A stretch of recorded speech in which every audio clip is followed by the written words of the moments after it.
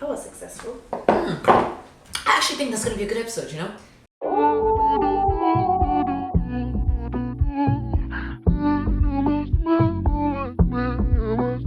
Not me being nervous like we're on a first date. I know. I feel like we're on a first date. Even though I see you every day of my life. I know. Hi, guys. Hello. Welcome to our podcast.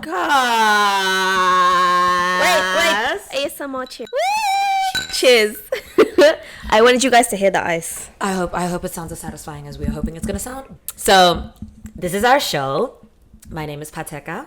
My name is Sahar. And this Should Bother You, the podcast, where we're here to yap, and thank you for being here to listen. So, what has been bothering you this week, Sahar? Damn, a lot of things. Time. Okay. When does a creative know when their time is supposed to come? Right, I feel like that's been on my... You know about this because I ranted to you before we went out the other night. Yeah. I was comparing myself. I'm like, it's been 6-7 years.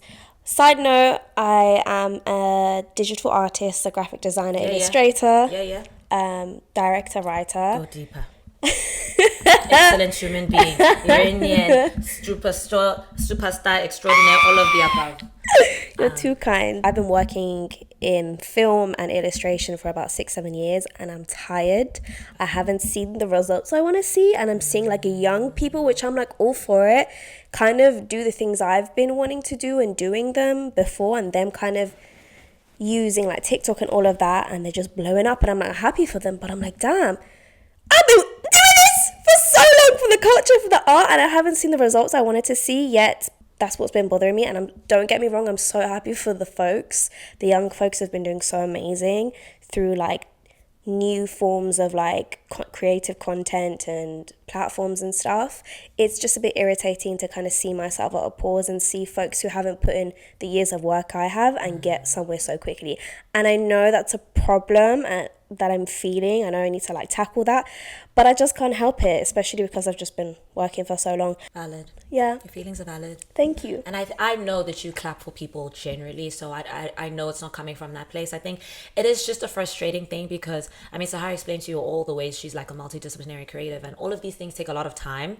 And, you know, what postage someone might see in like 2 seconds doesn't know how long it took you to make it. And like to do that repeatedly for like 7 years and not be where you were hoping to be, it's frustrating. But we all know the things that people say, you know, own race, own pace, have faith, etc., etc., etc. But yeah, at some point, Sana, you'll be second guessing yourself and triple guessing yourself. Yeah, know? I think that's like the pure side of it. Like people naturally come up. Young folks are naturally going to do better than the generation before them.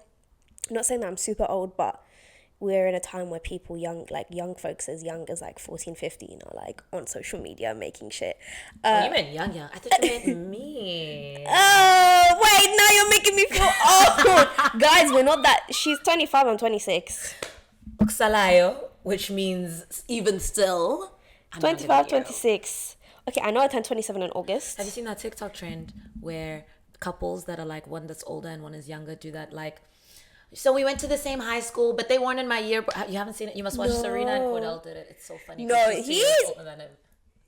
Listen, I love them. He's young. We love them so much. But yeah, we ship them so bad. But then there's been times, I think the thing that's been bothering me, kind of like, if this is the topic of like time and not being anywhere and not getting where you want to be, the other section of it is actually people being inspired by the work you do or low-key copying and then making it their own. I've seen a lot of that, which has been, I'm not going to talk too much about that, but that's been bothering me. People of fraud. No, I don't want to. I don't want to accuse people of fraud, but I just can't help but feel like I've been taken advantage of. One day I'll get to where I need to get, guys, but let's ask Miss Pateka what's been bothering her this week. You know, I knew this question was coming. And so you would think I had an answer at the top of my lips. But honestly, the thing that has been bothering me this week is... Okay, it's not been bothering me, but... Okay. So both of us do a lot of different things, right? So she told you what she does. I write, I produce, I have a full-time job.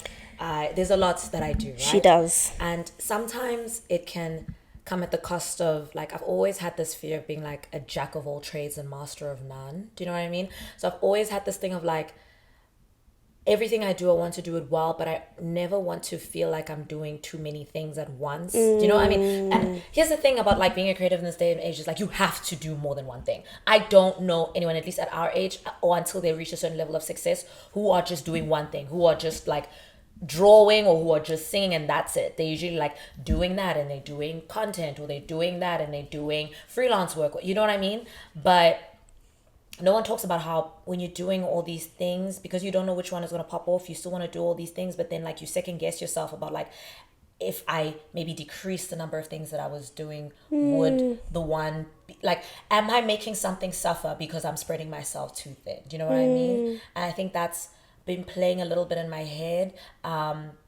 Also just like, I mean, being fully transparent, it took us a minute to get this show off the ground. Yeah. And just to get things into place. Guys, making a podcast is not easy. Let me say something. It just existed in my head, and like, I got excited now when I saw what it looks like behind the camera, because I'm like, oh my gosh, this is the vibe that we really wanted to create. But it's not easy. Like, there's a lot of things that I underestimated how much would have to go into it in terms of like editing, in terms of like sound, in terms of sound equipment. Guys, I didn't know what's the difference between mono and stereo sound. And don't you dare judge me. I can't know everything in this life. But and it's those little things that like make you feel even more spread thin, because you're like, you really want to do this, but like, are you taking on too much? Do you know what I mean? Yeah. And I think that's kind of what's been bothering me, because I'm like, I don't think I'm taking on too much, because I kind of need to do all that I'm doing. I feel like it all matters. But at the same time, it's like, I'm only one person. Yeah, which is why I'm very proud of you for doing so many things and balancing them all. I think Pateka is really good at balancing. We always joke and say that she loves chaos, but it's organized chaos. Okay, guys, it's organized chaos. But I think I was telling her today, I was like, all good things don't come easy. And then she was trying to tell me, but our friendship is easy. I'm like, yeah, friendship is supposed to be easy, but I think getting to major steps, especially when it comes to work, you have to grind a little bit and test, and it's not there. And I think even in friendship, like, you have to, like, you know, irritate each other, talk about it, and be like, okay, now this is what she doesn't like, what she does like, and then your friendship gets better. Yeah. Do you know what I mean? Fair enough. And I think it's the same with this, because I really do believe in this podcast, and I really do believe it's such a great way for the world to see us and hear us, and for us to potentially help other folks. And I think I'm very proud of you, and if you ever feel like something is going to burn you out, I think that's the time to kind of like analyze. But I think if you're happy with what you're balancing, I think you're good. Thank you. Yeah. Appreciate that, and I'll definitely bear that in mind. And yeah, I'm glad we ultimately are here on this lovely couch talking to all of you people. Yes. And I'm hoping that this show will create a global community that is just founded in like love and appreciation and empathy, etc., in the same way that like our friendship has been, you know? Yes. Like, I mean, for those who don't know, I'm from South Africa. Gimosoto Sahar is Iranian but grew up in London and speaks Farsi. So even just that, like, what are the chances you have these two human beings who form such a wholesome friendship in Los Angeles? Like, do you see all the different levels of, I don't know, intersections, you know, Actually, for this to yeah. meet? And I feel like that's something special that we want to share with the world. Should we tell our how we met story? Yes. I think we should. Yeah. Let's start with that. Sahar and I went to the same grad school. I say went because some of us are an alumni. Some of us are 3-year MBA, MFA. Exactly. She walked twice, guys. Exactly. My friend walked twice. Exactly. Wow. Have you walked twice? I'm joking. I'm sure some of you have. But Overachiever. Yeah. We're the complete opposites, by the way. Oh, shut up. You do so much. No, but like I think the way, obviously, like, we both do a lot, but I feel like the things I'm like, oh, this is overwhelming, fuck it, I'll just do it a different way. She'll just take that road and duplicate it. Real. And complete it. Real. I'm like, wow. You know, at some point I was working 2 jobs, doing my 2 degrees, producing 2 films. I was like, nah, you see there? I was like, I don't know what I'm on. No, Haram, I could never. I don't know what I'm on. But anyway, so whilst I was still at school, I had to produce a short film, and we had to pair up with like a writer and a pair up with a director. So I paired up with a certain writer, then we were shopping for a director, and then I met this lovely woman, and we met in like a professional mixer situation of like producers and directors. But she can tell our story from her POV, but my POV, I saw this hand. She looked good. She was cool. There weren't a lot of cool people at our school. That's a conversation for another day. And like, I heard her accent. I was like, okay, she's different. Because one thing about being in a foreign, like in a different country as a foreigner, like you definitely are more attracted to the people who have some level of difference because you feel like there's some thing that you can relate on. So initially I saw her swag, I heard this accent, and she was also just like, you weren't pretentious. I feel like you were being very honest with me about like where you were at, what films you were Yeah. considering, and your reason for why you wanted to be involved in the films you wanted to be involved in is another thing that I was like, I think we can be friends. Yeah, no, fully. And that day we had a lot of performances by different directors. Sorry I had to go through that. I came late because I didn't want to go through all of that. Someone did a whole speech about the volunteer work that they do. Who? Ask me the relevance. Wait, you need Ask to tell me me the after. relevance. Ask me what relevance when I'm asking you what story connects with you the most. Why are you telling me? Guys. Oh, guys. Anyways. Wait, we've never spoken about this. You need to tell me who it is after. Because I hate my cohort, guys. Anyway, conversation for another day. So, how we met, basically, obviously the same situation, but I remember you were in a suit. You were in a suit. Also, one thing about the friends I have and the people around me, they're not very, you know, like they're very like calm, they're very grounded, they're very collected, and serious women. I collect serious bougie women, okay? And I saw her and I was like, she's gonna be my friend because she was very serious. And a lot of my friends, when I first meet them, they have like, obviously, their guards are supposed to be up. They don't know you. Like, we don't know each other. And that's how I actually know who I'm around. If someone is too open from the get-go, I don't really vibe with them.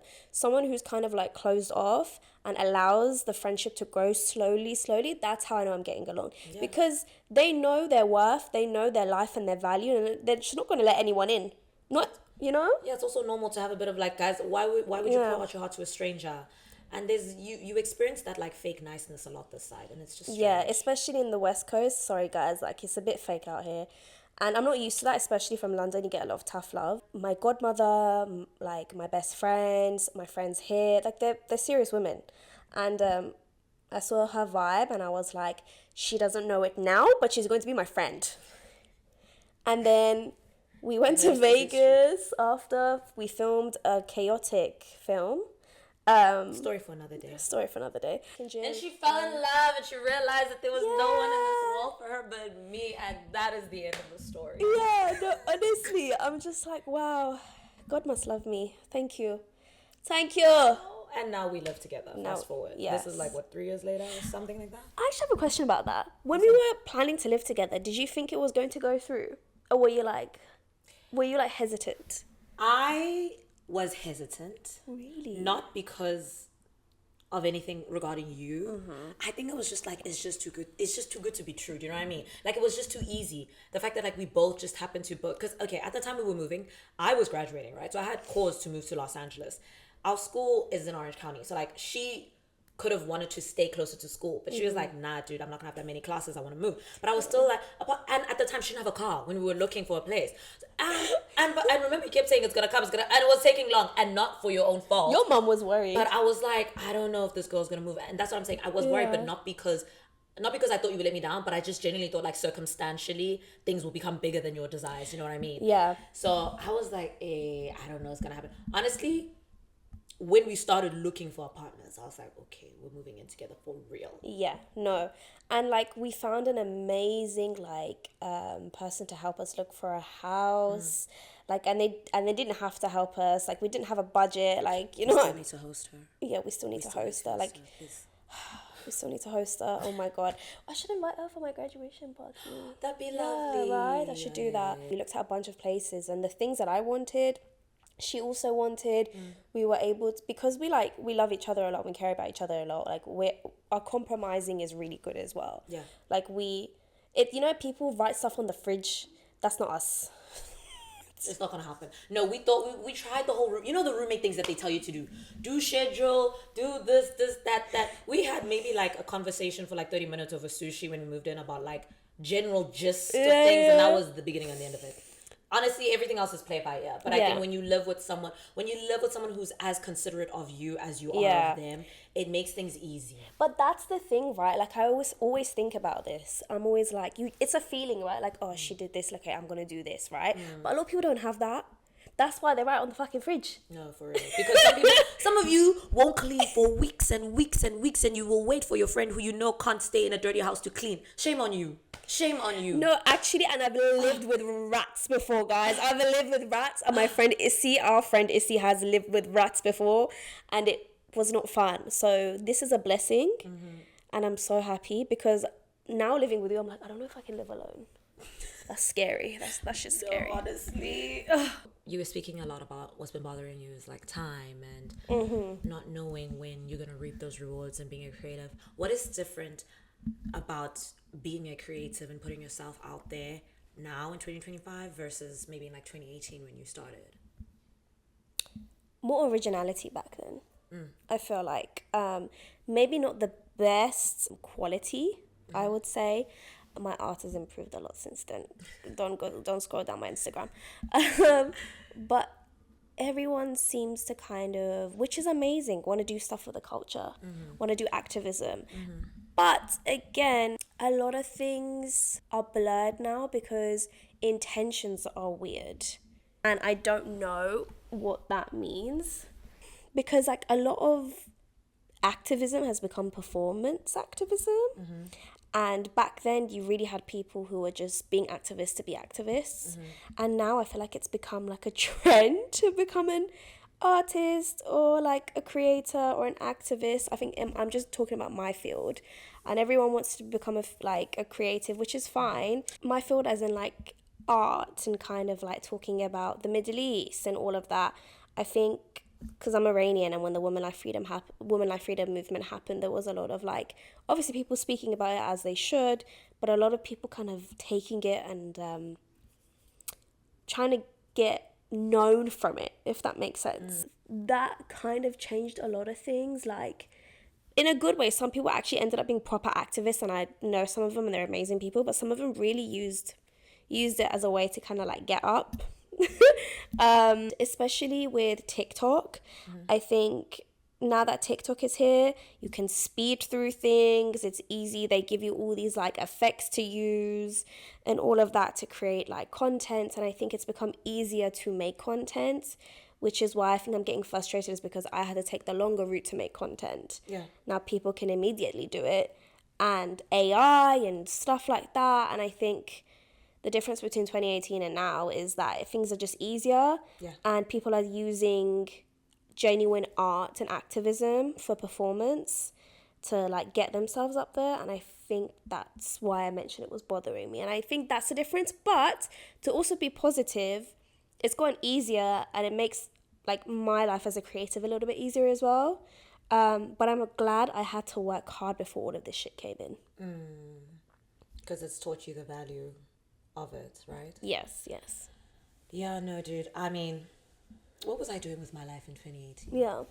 Yeah, I was in undergrad. Please, I think I just started undergrad actually, so I can't even tell you. I wasn't clocking anything about being a creator or in any sort of capacity. I mean, I've known for a very long time that I love telling stories and I want to tell stories, but at that time in my life I was just focused on like the education routes of things and like finding myself and discovering myself, because that was also my first year living not at home. But I think what I've seen over the years, just also from the consumption perspective, is it's definitely become more saturated. You know what I mean?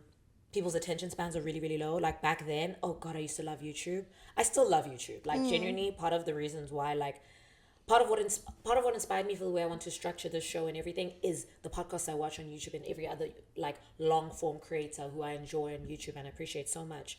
But now it's like, I think we're going back, right? Because I think in between like 2020 to like maybe 2023, like people's attention spans were just, and they're still decreasing. Yeah. But I think people are becoming more aware of the fact that their attention spans are decreasing, though they're becoming more intentional. Like I keep seeing this TikTok trend of like media I consumed to stop myself from doom scrolling. And it's people posting like Substack articles, it's people posting video essays on YouTube, it's people posting episodes of TV, it's people posting, you know what I mean, like more long form content. And I feel like we're slowly, hopefully getting back that way. And hopefully when we release this podcast, people's attention spans are longer and people actually want to listen to us yap for a prolonged period of time. The thing is about working in any sort of creative industry, whether you're working on the corporate side of entertainment or the creative side of entertainment, like you have to put yourself out there. Like it is a really hard thing to contend with because I'm such a private person, like naturally. The thought of having to do this and like all other ways in which I put myself out there at some stage of my life kind of made me ill. Kind of made me like, oh, like, and I've had attempts in the past where I'll post on social media and then I disappear because I'm like, this is getting too much, too overwhelming. I feel too seen. But in my time away, I had to learn that you kind of just have to feel the fear and do it anyways, because this has become a currency of succeeding in this industry. It's visibility, it's being seen, etc. Right? So I think that is part and parcel. It's a good thing in that like we get to know the people whose content we enjoy. We get to know our artists more. We get to know our directors more, etc.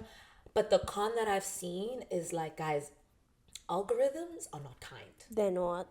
Algorithms very much it's a churn game. How much can you produce? How quickly can you produce? How engaged can you be? How consistent can you be? And art doesn't work that way a lot of the time. Any creator that will even tell you, even like content creators who like edit their content like with a lot of detail, they'll tell you it takes time and it's really hard to keep up with. I want to be good and produce high quality content and produce engaging content and stand out, but also I have to be consistent. Otherwise, my profile's not going to be seen. I'm not going to get followers. I'm not going to retain engagement, etc., etc., etc. It's a very hard ball game to play. Algorithms, oh my god, and like being shadow banned is the worst thing. Okay, Yeah, God forbid you do too much activism. you've been shadow banned a 5 couple people times. are gonna watch your story. Yeah, literally. And I know when I get shadow banned, like, and it's so fucking annoying. You know, after 50 pieces of artwork you make about like genuine things going on in the world, it starts to actually demotivate you. And it's so bad because it starts wavering your kind of like morals, and I hate that. And algorithms can do a lot because it really taps into your insecurity as well sometimes. It makes you second guess yourself. Yeah. Like you shouldn't need the validation, but it will make you second guess yourself. You know, we also have this thing in our generation of like we don't want to be seen like we're trying too hard. You know? Yeah. And that's also like something difficult to contend with because by virtue of posting on social media, you are trying. And we kind of just have to get over it. Baby wine, baby wine, baby wine, baby wine. Me, I want to fire like a fire, look eye. And what the baby, Don't be shy. Ashaka, we love you. Shake sponsor our podcast. We actually love you. You are our top artist. We saw you from afar. You're quite short. Do we? Why did you say that? Why did you say that? Height doesn't matter. Talent matters more. And we went to an album release party and we went to a concert and we listened to your music all the time. Yeah. This is an Ashake Stan podcast. Thank you. Baby wine, baby wine. That music video is fantastic. Fire. She showed me the music video and I was like, Absolute what? Fire. 10 out of 10. We need to work on a music video together. I know. But, like, For real. yeah. Y'all see, if you're watching this, we're waiting for you so we can make you a music video. Please. Are you listening? Please. Also, any, like, Middle Eastern, like, Afrobeats. I'm a piano artist. All of the above. Whether you're Middle Eastern or African, Yeah. African American, if you make vibey music and you want a music video, You know who to call. yeah. Not us marketing ourselves. This is hilarious. No, actually, we'll do a fantastic fucking job. We'll do it on that, and we actually get to use film. I know film is expensive, but if we have budget, Yeah.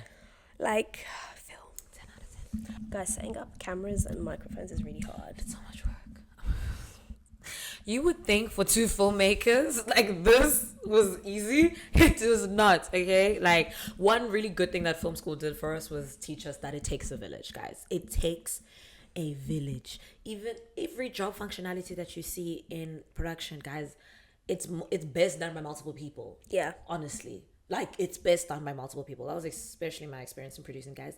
There's creative producing, there's line producing, there's supervisor management, there's production management. And you want me to do all of them? I beg. Yo. Anyways, Do you like narrative or like more music videos? Because I know you've done both, or we've both done both. Or like, have you done documentary before? I have. Which one do you prefer? I think every story has its own format that it like I think there's value in every single format. Actually, let me rephrase my question. I'm going to ask you as a producer, because she's also a writer and she's directed before as well. As a producer, which one of these do you enjoy, or what would your answer? Oh, that's a good question. Yeah. I'm gonna put directing at the bottom Okay. of the three. Okay. I just, maybe it's just the specific era of my life I'm in. I'm just gonna put her at the bottom of the three. Can I put a tie on the other two? Oh, she loves it. She loves both. No, because here's the thing, guys. Like, I've realized that, like, I feel so relaxed when I fully dive into an idea and I just put the world as I imagine it onto a page. It's actually it feels a bit cathartic, you know? So I really love and appreciate it for that, and the ability to take something that's in my head and manifest it onto like something you can read and just be like, here, and to have and see people experience that, you know, like that is so fulfilling. But also I love producing because it allows me to be all the different facets of myself. Like, I am creative, but I'm also very logistical. I'm also very analytical. I'm good at getting things done. Problem solving. I'm good with money. I'm good with scheduling. So it lets me be all parts of me. Now, what you should have asked me is which part of producing I like the most, because I don't like all of them equally. Like, some parts I'm like, I could do without this. I already know which part she doesn't like.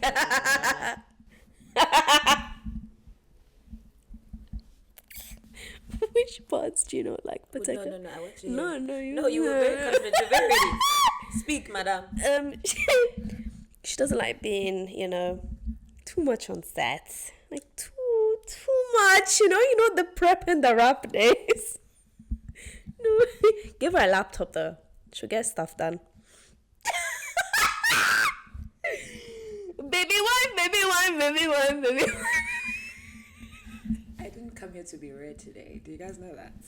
Oh, sorry. I didn't come here to be. I like being on set. She does. I didn't say didn't. She's right about prep days and rap days, though. That's not my vibe, which is very bad because a lot of labor happens on prep day and rap day. So it makes me sound like a spoiled princess. But I just feel like I could be more helpful towards the production in other ways on those days. I like being on set, though. Just don't abuse also days on set. Like, I don't like people who expand things for no good reason. Like, we already have to be here for 12 hours, please. Let's just not make it more laborious than what it has to be. There's a lot that I love about all three, and I feel like I'm still learning. I mean, I just graduated, and I've only been out of school for like, what? Hey, it's April. Hey! I've been out of school for 11 months. Anyway, so there's a lot that I'm still learning. What about you? Do you prefer? I know, actually, no. I know. I feel like your actual favorite thing is drawing. Like, I genuinely think you are your most content when you're just drawing. Oh, 100%. And then everything else below that. Yeah, because making films and directing and I think producing is very hard. Like, I'm so sorry. Shout out to all of my writer friends. But if you're just a writer and you don't go on set, you may not get to experience the chaos side of creating a film. And I envy you in a way, because I'm just like, you guys just write. But it's a lot to manage on set, especially when you have a heavy production and you're relying on people to help you, and sometimes they don't come through and crew is less. Like, it's really stressful, hence and why. any inconvenience will set you back. Any small inconvenience eats an hour into your day, and you can't afford that hour. My question though also was, as a producer, do you like documentary, narrative, or music videos? Oh, narrative is my number one. As a producer? I love narrative content. Give me a fictional story, I'm gonna eat it up. I love narrative content. That is my number one for sure. And then I haven't worked on a documentary in a while. I've actually never produced a documentary. The last documentary-esque thing I worked on, I actually directed it. Would you like to? So, yeah, do you want me to produce a documentary? Yeah. Cool. If I get the grant. Big Oh, slay. that's actually a part of producing that I don't enjoy, and it's very ironic. It's fundraising. Guys, begging people for money. It's really hard. I can actually, you finished me. Like, you finished me. But shout out for not going after like a rich director so you can avoid that problem. Shout out to you. Yeah, she supports Nepo baby directors.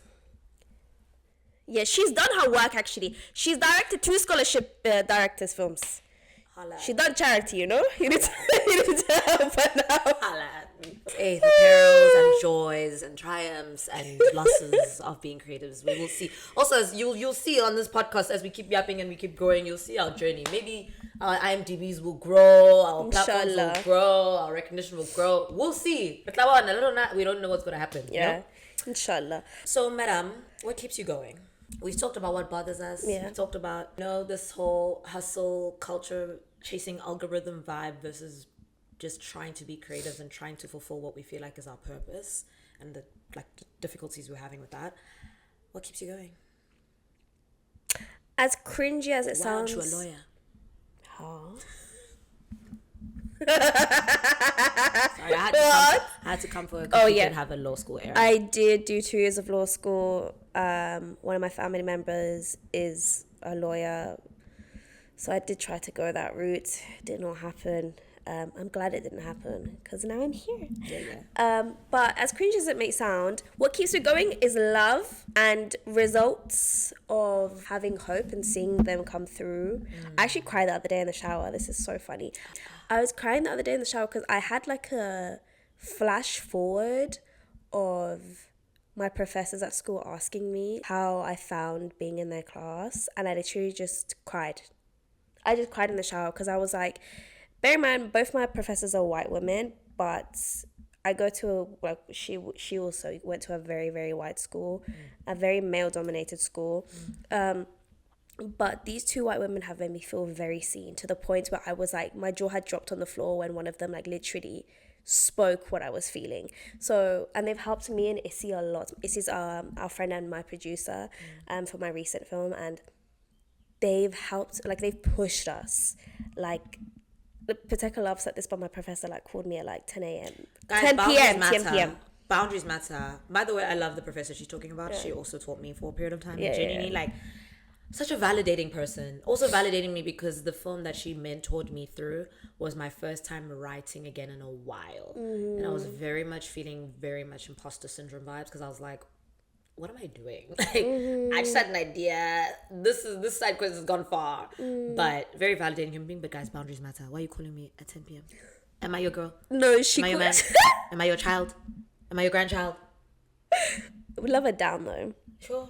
I need to actually be more like, go back to like having my phone off at like 9 p.m. to be honest. But I just let creativity sometimes take over sometimes, and work take over, and that's not good, guys. Have your weekends, have your evenings, please. Don't be like me. I don't come this life to Suffer if I follow politicians. Guys, I swear I can actually sing. I just don't have a voice today. You'll hear She me. bless Don't worry. her. Bless Don't her worry. voice, You'll yeah. hear me. I can actually sing. She can. Just today her voice is... We're busy dancing for you, Miss Uncle Waffles. You see, I was screaming. Wow. She played Pikoko, she played all the bangers, and I was screaming, and now look at me. But I couldn't not record, so here we are. Fantastic. She's so cool, man. What a cool girl. Oh, what a cool girl, man. So cool. The other thing that gets me through is love from family and my friends and sisterhood. The other night when we were out, like, she was just... some person tried to get in front of us, and she was basically like arguing with them. Pateka was like, why are you trying to jump in front? Da, da, da. And then she started speaking in her language to her friend and then explaining things, and she was like angry and she was like serious when she was speaking, and I was like, wow, like I could cry right there. Like, she's so cool. Like, my friend is so cool and fills my heart so much. I can't believe you think I'm cool. I definitely think you're the cool one in this friendship. But I want to be you like you when I grow up. That's very cute. What was that? Anyway, thank you. But that's how I feel also. That's so cool. Yeah. Real recognizes real. Great man's thinking alike. And that's exactly what it is. But that's beautiful, darling. And I feel like our answers are similar as far as Yes. what keeps me going is love also. Like, there's this creator I saw. I spent too much time on the internet. It's but good. She said it, Zulu, and she pretty much was saying that your calling will keep calling you. And that's the thing. And she was speaking about how you can leave it for 5, 10, 15 years, 5 minutes. You can try avoid it. You can, but in every space you find yourself, your calling, it will keep calling you. I think that's what keeps me going as well, is that, like, I've had phases where I don't do anything, I don't create, and I've had phases where like I try imagine a life outside of what I'm doing and I can't. Yeah, me neither. So I'm like, so it's this then. It's this, and, So it's this then. and a bit of suffering Honestly. on top of it. And I also feel like genuinely, like, part of why I like bringing stories to life is genuinely, I feel like it feels like a form of worship for me. Like, and you know, I'm very big on my faith. But sometimes when I do something that I feel like is bringing love into this world or inspiring community or inspiring those kinds of values, I genuinely feel like it is a form of me being a good steward of the gifts that God has given me. And I can't let him down. So yes, maybe I'm not getting where I want to get to on this playing field. Maybe I'm not impressing man enough, but I'm like, God forbid if I disappoint him. Like, now what? If I get back to heaven and he said, what have you done with the gifts that I gave you? See that parable of the talents? It haunts me. It haunts me. It haunts me. Because God forbid that what does he say? Yeah, say it. No, he says like, you useful and what? You lazy and useless servant. And I'm like, God forbid you say that about me. So Definitely not lazy, and not. She's very useful. So no, it's you wicked and lazy servant. That's it. Sorry. I just remembered it. It's you wicked and lazy she's not servant. wicked. Can you imagine? Unless we're talking about the film. So it just plays on loop. Every time I want to be lazy, every time I want to just drown in pessimism, I'm like, don't be a wicked and lazy servant. Please wake up. Keep going. I think you took lazy too seriously, you know. I overcompensated to not look lazy, and I just do way too much. Yeah, you could never be lazy, my Shayla. What have you been watching lately? Oh. She's been watching Scandal. a show that I love more than any show. M7, guys. Wow. Scandal. Shout out to Shonda Rhimes. Thank you for giving me the television show that helped me. I don't even know what, but I love it so much. Yeah, that show is intense. Scandalous. That's what it is. Scandalous. And they were trying to get, her and her other friend were trying to get me to watch it for a time. But I was just like stalling because I had so much to do and also was overwhelmed. And then I had a minute to also like, I'm like, you know what? She was away on holiday and she was living her best life. So I was like, I do. And I was like, you know, if she was here, she'll cuss me out if I just skip past Scandal. So I was like, you know what? I'm going to watch Scandal. Hooked. But I'm like, wow, I need some toxic love like that in my life. I'm not sure, hey? You know, this is the thing. When I first watched Scandal, I was a teenager. So I shipped Olivia and Fitz down because as a teenager, any crumb of like romance or whatever you take, you're like, oh my God, they're in love. As an adult, I mean, I've rewatched the show countless times. And now I watch them as an adult and I'm like, their chemistry is still fire though. Yeah. It's absolute fire. I just, in terms of like things to aspire to, I'm like, I don't aspire for it. Have you seen in the show, Where Are You with her and Edison? Okay. Yeah, So you've seen this part. You know when she's breaking up with him? Oh yeah, she and says, she's like, I want a painful. Yes, I want painful, and he's extraordinary, difficult love. And he was like, it's not supposed to be painful or difficult. But also that man, he wanted to offer a mediocre life, and I don't want that for my girl. Yeah, but also like, I just wanted that for one night, for a week, and then he can fuck off, and then I could come back to my senses. Because you know, someone once said, if you're in love, you're not supposed to feel nervous or have butterflies. You're supposed to be at ease, kind of. I'm not sure I agree with that. I mean, yes. At some stage, yes. That's what I agree with. But when it's like, oh my gosh, my man, and then you kind of have like butterflies every day for like 5 years, what's he doing? But butterflies can be good. Like, you shouldn't be nervous, right? But what is it when they say you're not supposed to have butterflies? What is that? I don't know what you mean. Sometimes they tell us butterflies are something to aspire to. Sometimes they tell us that it's overrated. Every day you guys change what advice you want to give Anyway, us. I don't know what I want from my love life or anyone's love life, so don't listen to me. Okay? Please don't listen to me. Topic for another day. Yeah. But Scandal. Yes. Scandal and also Payetacht, which is an Iranian series, season 7 is back. And the reason why we're excited is because they've gone through a little bit of a, situation. I mean, it's every season when they come back, they have to deal with like, the regime and like changing things around. And my favorite twins aren't in it anymore. They had to replace them because there's 2 girl twins that took their hijab off online outside of season, like the previous series, and because of that the regime in Iran didn't allow them to come back for season 7, which is really heartbreaking. So I'm a bit upset about that, but cinema in Iran always has to deal with the bullshit of the regime, like all the time. So having season 7 back was like, yeah, you guys made it through, even though you had to lose something, which fucking sucks. At least you came back. Yes, and it's the funniest show. Oh my god. Now she's been cackling. Like, She's she been hears cackling. me. Like, it's so funny. Oh my god. But yeah, so Scandal and Poetacht. Okay, I've been watching. Okay, I just finished watching the morning show. Oh yeah, you love the morning I show. really enjoyed it. Wow! Shout out to Hello Sunshine, y'all ate with that. Shout out to Michael Grady, Oh yeah. He did the DPing for a lot of season 1. who was our professor at Chapman as well. Yeah, I watched 1, 2, 3. How many seasons of that show? I think there's 3. There was supposed to be a 4th, but it's been gone for like 2 years now, so I don't think the 4th is coming, unfortunately. But it was so good. One thing about me, I love a good workplace drama. Oh, I love a good workplace drama. I thrive off of it. Like, and this was no different. It was wonderful. Like, literally, if you love workplace dramas, if you love seeing like women take up space and like throw men off their game, and again, I also love production and that space. And obviously the show is set at a morning show, right? So you see a lot of like live event production, the behind the scenes of creating the news, etc., which just out of like my passion is a huge like side of interest to me. It's like this, it was something I also loved when I was, if you enjoyed watching Being Mary Jane, obviously Being Mary Jane had more complexities and nuances, and Gabrielle Union, 10 out of 10. But if you just want that aspect of Being Mary Jane, of like the workplace vibe, I think you might like the morning show as well. Yeah. So I liked the morning show. I think it was a 10 out of 10 for you if we had more POC women in the Yeah, center of it. it needed a bit more POC women. That's Yeah. why I wouldn't rate it a 10 out of 10.